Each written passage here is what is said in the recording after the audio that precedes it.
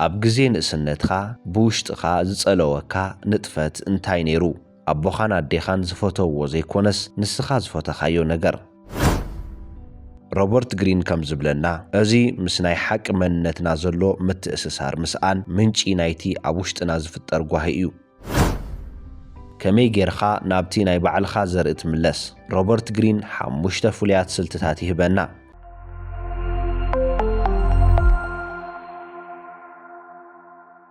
ነፍሲ ወከፍ እዚ ቃል እዚ ዝሰምዕ ዘሎ ሰብ ምስ ሓደ ፍሉይ ዘርኢ ተወሊዱ።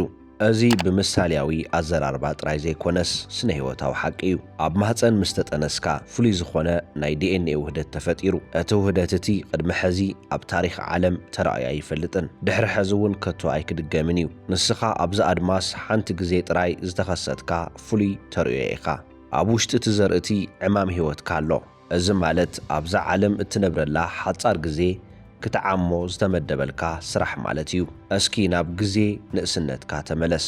ወዲ 4 ወይ 5 ዓመት ከለኻ ኣብ ውሽጥኻ ሓደ ሓይሊ ነበረ። ብዛዕባ ገንዘብ ግደይ ነበረካን። ሰባት ብዛዕባኻ እንታይ ከም ዝብሉ ኣየገድሰካን ነይሩ።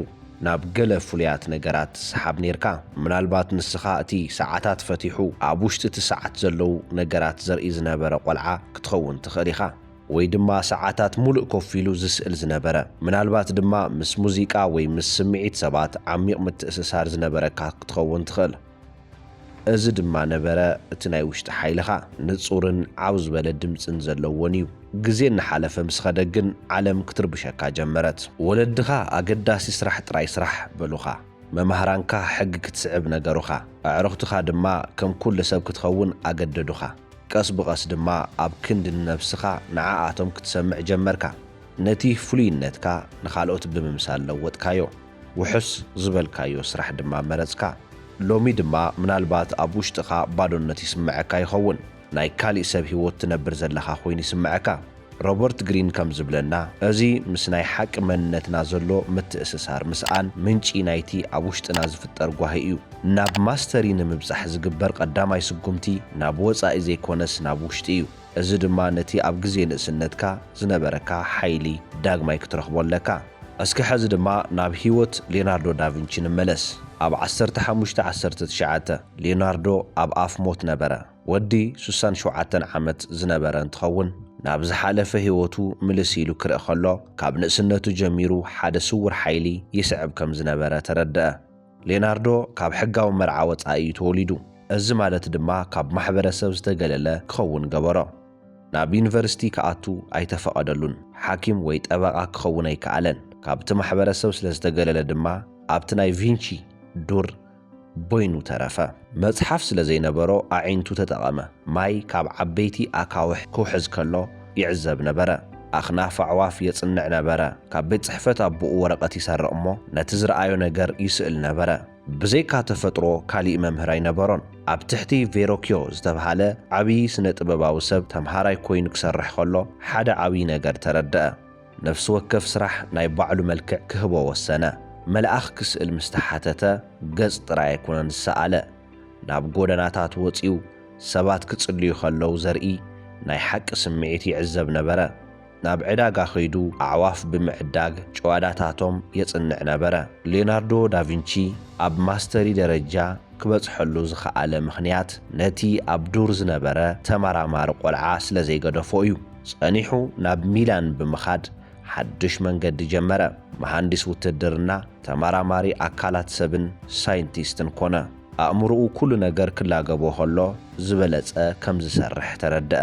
እቲ ዕማም ህይወቱ ድማ ናይቲ ህይወት ዝበሃል ነገር ሚስጥር ምርካብ ምዃኑ ተገንዘበ። ኣብ ህይወት ሊዮናርዶ ኩሉ ነገር ትርጉም ዝሃቦ ነቲ ናይ ውሽጢ ድምፁ ስለ ዝሰዓበ እዩ። ናብ ብኡ ንምሕጓስ ኢሉ ተራ ጠበቓ ክኸውን እንተዝጽዕር ሎሚ ስሙ ኣይምሰማዕናዮን። ዕማም ህይወትካ ንምርካብ ዝሕግዙ 5 ስልትታት። ከመይ ጌርኻ ናብቲ ናይ ባዕልኻ ዘርኢ ትምለስ? ሮበርት ግሪን 5 ፍሉያት ስልትታት ይህበና። በብሓደ ድማ ብህድኣት ንርኣዮም። ቀዳማይ ናብ መበቆልካ ተመለስ። ናብ ሕሉፍ ህይወትካ ክትኹዕት ከለኻ ኣብ ግዜ ንእስነትካ ብውሽጥኻ ዝጸለወካ ንጥፈት እንታይ ነይሩ? ኣቦኻን ኣዴኻን ዝፈተውዎ ዘይኮነስ ንስኻ ዝፈተኻዮ ነገር። ኣነስታይን ወዲ 5 ዓመት ከሎ ብኮምፓስ ተመሰጠ። ሜሪ ኩሪ ብናይ ኣቦኣ ናይ ላብራቶሪ መሳርሕታት ተማረኸት ዝተረፈ ድማ ታሪኽ ኮነ ንዓኻኸ እቲ ነገር እቲ እንታይ እዩ ነይሩ ነቲ ስምዒት እቲ ዳግማይ ክትረኽቦ ኣለካ እቲ ሓይሊ እቲ ሕዚ እውን ኣብ ውሽጥኻ ተቐቢሩ ኣሎ ፍሉይ ቦታኻ ሓዝ እዛ ዓለም እዚኣ ተወዳዳሪት እያ ከም ኩሉ ሰብ ክትኸውን እንተፂዒርካ ንተረፍ መረፍ ክትበኣስ ኢኻ ኣብ ክንድኡ ንዓኻ ጥራሕ እትኸውን ንእሽተን ግን ድማ ኤክስፐርት ትኾነሉ ኩርናዕ ድለ ንሳይንቲስት ቪኤስ ራማቻንድራን ንርአዮ ሕክምና ጥራይ ኣይኮነን ኣጽኒዑ ነቶም ኣዝዮም ሳሕቲ ዝረኣዩ ሕማማት ምዝባዕ ሓንጎል ኣጽኒዑ ካልእ ሰብ ዘይረኣዮ ኩርናዕ ሳይንስ ድማ ረኸበ ሳልሳይ ኣንጻር እቲ ጌጋ መንገዲ ተሰለፍ ጌጋ መንገዲ ማለት ብሰንኪ ገንዘብ ዝና ወይ ንወለድኻ ንምሕጓስ ጥራይ ዝመረጽካዮ ስራሕ እዩ ኣብ ጌጋ መንገዲ እንተሊኻ ኣንጻሩ ክትቃለስ ኣለካ ንሞዛርት ንርአዮ ኣቦኡ ንቤተ መንግስቲ ዝኸውን ቀሊል ሙዚቃ ክጽሕፍ ይደልዮ ነበረ ሞዛርት ግን ኣቦኡ ዕንቅፋት ይኾኖ ከም ዘሎ ተረድአ ናብኡ ዘጓሃየ ውሳነ ብምውሳን ናብ ቪየና ኸደ ነቶም ካብ ናይ ሓቂ መንነትካ ዘርሕቑኻ ናይ ወፃኢ ድምፅታት ክትስዕሮም ኣለካ ራብዓይ ንሕሉፍ ግደፎ ዕማም ህይወትካ ህያው ነገር እዩ ቁኑዕ መስመር ጥራይ ኣይኮነን ሓደ ግዜ ንዓመታት ዝሰራሕኻሉ ስራሕ ክጠፍእ ይኽእል እዩ ኣይትሰንብድ ከምቲ ኣሰልጣኒ ቦክስ ዝኾነ ፍሬዲ ሮች ክትላመድ ኣለካ ብሰንኪ ጥዕንኡ ጉስጢት ክቃለስ ስለ ዘይከኣለ ነቲ ፍልጠት ሒዙ ብሉፅ ኣሰልጣኒ ዓለም ኮነ እሙን ክትኸውን ዘለካ ነቲ ናይ ህይወት ጻውዒትካ እምበር ንሓደ ፍሉይ ኩባንያ ኣይኮነን ሓምሻይ ናይ ህይወት ምንባርን ዘይምንባርን ስልቲ win or you die there is no middle ground ኣብ መንጎ ዝበሃል ነገር የለን ወይ መንገድኻ ትስዕብ ወይ ድማ ትሳቐ ባክሚኒስተር ፉለር ብሰንኪ ስዕረት ተስፋ ቆሪጹ ነብሱ ክቐትል ወሲኑ ነበረ ሽዑ ግን ኣብ ዘይቦትኡ ከኣቱ ስለ ዝፈተነ ከም ዝተሰዓረ ተረድአ ካብታ መዓልቲ እቲኣ ጀሚሩ ንናይ ባዕሉ ተመክሮ ጥራይ ክሰምዕ ወሰነ እዚ ድማ ንህይወቱ ኣድሓና ዕማም ህይወትካ ከም ጉዳይ ምንባርን ዘይምንባርን ጌርካ ክትሪኦ ኣለካ ንምንታይ ኢኻ ናብ ዝኹሉ ጸገም እትኣቱ ንምንታይ ተራ ስራሕ ሰሪሕኻ ቴሌቪዥን እናረኣኻ ዘይትነብር ምኽንያቱም ማስተሪ ዝለዓለ ናይ ስልጣን መልክዕ ስለ ዝኾነ እዩ ኣብ ዕማም ህይወትካ ክትሰርሕ ከለኻ ፍሉይ ናይ ምስላጥ ስምዒት ይስምዐካ ካብ ካልኦት ብዝቐልጠፈ ትመሃር ከይደኸምካ ድማ ብትግሃት ትሰርሕ መንፈሳዊ ሓይሊ ይስምዐካ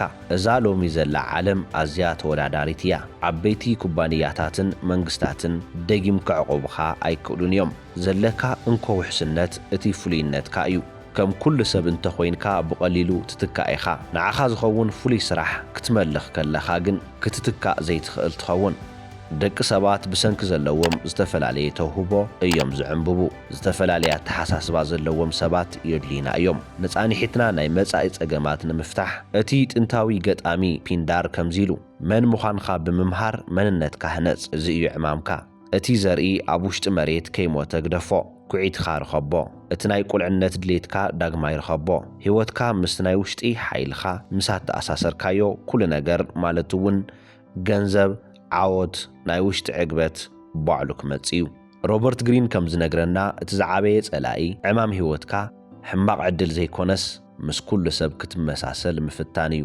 ካብታ እተወለድካላ መዓልቲ ጀሚሩ ዓለም ከም ኩሉ ሰብ ክትኸውን ትደፍአካ እዚ ከም ስሕበት መሬት እዩ እንተዘይተቃሊስካዮ ብባህሪኻ ናብቲ ናይ ካልኦት ተራ ህይወት ክትወድቕ ኢኻ ነቶም ተጻረርቲ ሓይልታት ተዓዘቦም ቀዳማይ ወለዲ እዮም ንሳቶም የፍቅሩኻ እዮም ፍቕሮም ግን መብዛሕትኡ ግዜ ኣብ ፍርሒ ዝተመስረተ እዩ ውሑስ ስራሕ ክትሕዝ ይደልዩኻ ንስኻ ግን ህይወትካ ናይ ወለድኻ ዘይኮነትስ ናይዛ ኣድማስ ምዃና ክትግንዘብ ኣለካ ካልኣይ ድማ ገንዘብ እዩ ብዙሓት ሰባት ገንዘብ ምስ ኣከብኩ ሕልመይ ክስዕብ እየ ይብሉ እዚ መጻወድያ እዩ ንገንዘብ ቀዳምነት እንተሂብካዮ ናይቲ ደሞዝካ ባርያ ክትኸውን ኢኻ ንምጅማር ሕዚ እውን እንተኾነ ኣይረፈደን ዕማም ህይወትካ ንዓኻ ትጽበየካ ኣላ ናብ ውሽጥኻ ጥምት ሓቅኻ ረኸብ ኣብ መወዳእታ ድማ ማስተር ኩን ሰላም